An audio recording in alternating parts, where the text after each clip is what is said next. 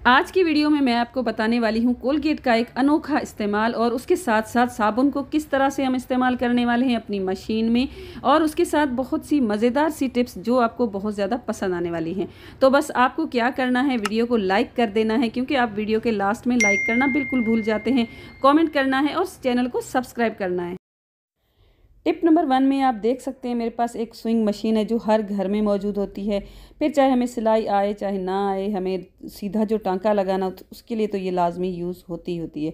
तो आप देख सकते हैं कभी कभी हम कपड़े वगैरह सिलते हैं या इवन हमें कोई स्ट्रेट कोई टांका लगाना हो, तब भी हम जब मशीन का यूज़ करते हैं तो वो बिल्कुल भी सीधा नहीं होता है, इधर उधर हो जाता है। तो हमें क्या करना है कि ले लेना है कोई भी ढक्कन, और आप देख सकते हैं यहाँ पर मैंने डबल टेप इसके नीचे लगा दिया है, और इसका जो ये बूट का एरिया है ना, इसके पास ही मैंने कुछ इस तरह से इसको स्टिक कर लिया है।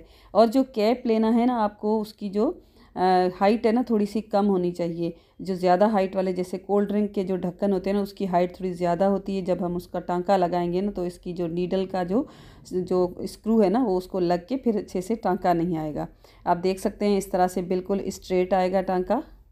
आपने देखा होगा अक्सर जीन्स का कपड़ा कितना मोटा होता है, और साथ साथ कोई ऐसा कपड़ा होता है ना जैसे कॉटन वगैरह का, 2 से 3 लेयर हमें उसमें सिलाई मशीन चलानी होती है। तो कभी ऐसी जीन्स पैंट होती है जो बच्चों की थोड़ी सी वेस्ट में लूज़ हो जाती है, तो भी हम उसको टाइट करते हैं इस तरह से। तो जब हम सिलाई की मशीन इस पर जब चलाते हैं ना तो सुई टूट जाती है बहुत ही आराम से, क्योंकि ये कपड़ा होता ही इतना मोटा है इस वजह से। तो इसके लिए मैं आपके साथ एक बेहतरीन सी टिप शेयर करने वाली हूँ। कोई भी साबुन ले लें, व नहाने का ले लें, या तो कोई कपड़े वगैरह वॉश करते हैं वो भी आप ले सकते हैं। इस तरह से आप अपनी मशीन की जो नीडल है ना उसके ऊपर लगा दें। नीडल की चारों तरफ साबुन को अच्छी तरह से लगा देना है, और ये सुई है ना थोड़ी सी ऐसे स्लिपरी सी हो जाएगी।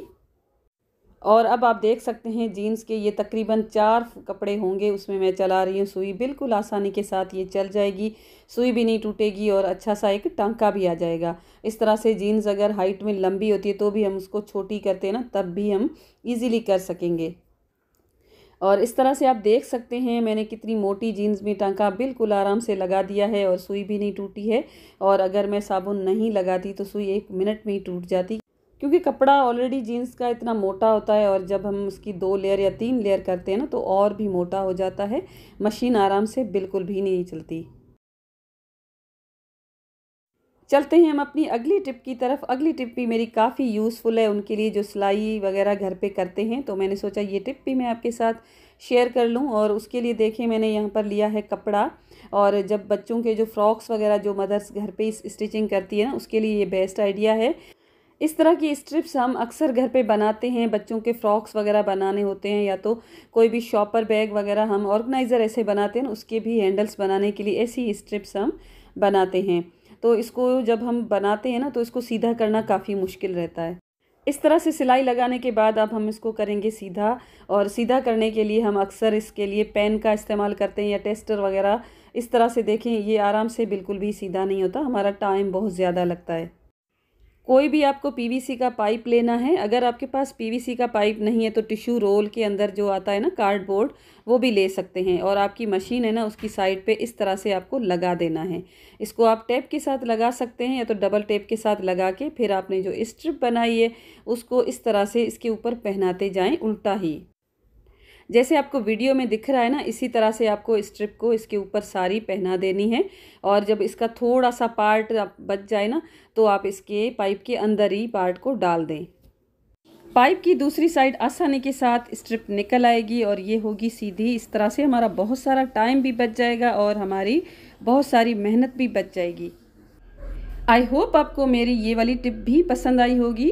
अगर आपको पसंद आई है तो वीडियो को लाइक कीजिएगा। कमेंट में आकर ज़रूर मुझे बताइएगा कि कौन सी टिप आपको सबसे अच्छी लगी। चलते हैं हम अपनी नेक्स्ट टिप की तरफ। नेक्स्ट टिप के लिए यहाँ पर मैं लेमन का इस्तेमाल करने जा रही हूँ, और ये लेमन मेरे अपने घर के हैं जो मैंने आपके साथ शेयर किया था इसको स्टोर करने की टिप। और तकरीबन 1 मंथ से तो ये ज़्यादा टाइम हो गया है, और देखें अभी तक ये फ्रेश कितना है लेमन। और अब हमें क्या करना है ना, लेमन को हाफ़ मैंने कट कर लिया था इस तरह से, हाफ़ मैंने एक जगह और यूज़ कर लिया है इसको, और हाफ़ कट करके फिर है ना इसके ऊपर लगा देनी है कॉफ़ी। कॉफ़ी लेमन के ऊपर लगा के थोड़ा सा मिक्स कर देंगे और अब हम इसको यूज़ करने वाले हैं अपने फ्रिज में, क्योंकि अक्सर फ्रिज में एक बैड स्मेल हो जाती है, खाना कोई खुला रखता है या ऐसे ही हो जाती है कभी कभी। कॉफ़ी की एक बेहतरीन सी खुशबू के साथ जो फ्रिज की बैड ऑर्डर होगी वो सारी ख़त्म हो जाएगी। और अब मैं आपके साथ शेयर करने वाली हूँ एक मैजिकल रेमेडी, जिसके लिए मैं इस्तेमाल करने वाली हूँ कोलगेट पेस्ट। आपके पास जो भी पेस्ट हो वो आप यूज़ कर सकते हैं। यहाँ पर मेरे पास वाइट कोलगेट पेस्ट है और यहाँ पर मैंने एक छोटा सा बोल ले लिया है और उसमें मैं ऐड कर लूँगी कोलगेट।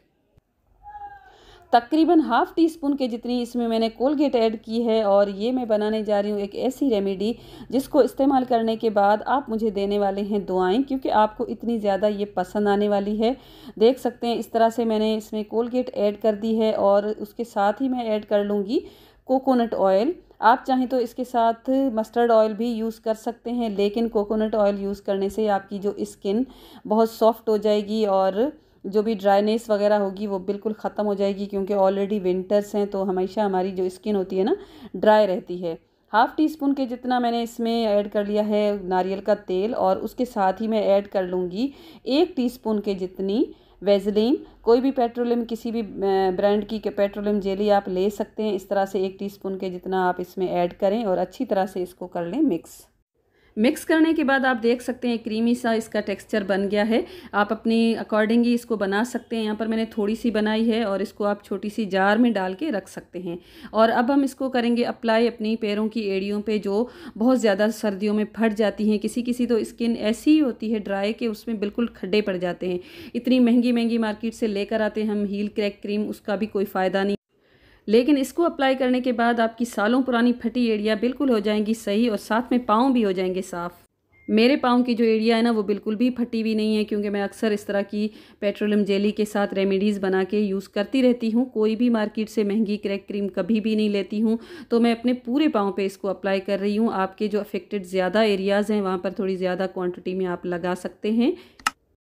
मेरे पास अगर ऐसा होता ना जिसकी क्रैक हील्स बहुत ज़्यादा हैं तो मैं वीडियो उस पर भी बना लेती, लेकिन आप इसको यूज़ करके फिर आपको खुद ही अंदाज़ा हो जाएगा कि ये वाली जो क्रीम हमने बनाई है कितनी फ़ायदेमंद है। मैंने अपने पूरे पाँव पे अप्लाई किया है। आपकी एरिया जहाँ पर ज़्यादा अफेक्टेड हैं वहाँ पर क्रीम लगा के फिर आप कोई भी कॉटन का मोज़ा पहन लें और 3 से 4 घंटे तक आप मोज़ा पहन के रखें और 3 से 4 दिन में आपके पाँव ऐसे हो जाएंगे जैसे आपकी पाँव की एड़ियाँ कभी फटी ही नहीं थी।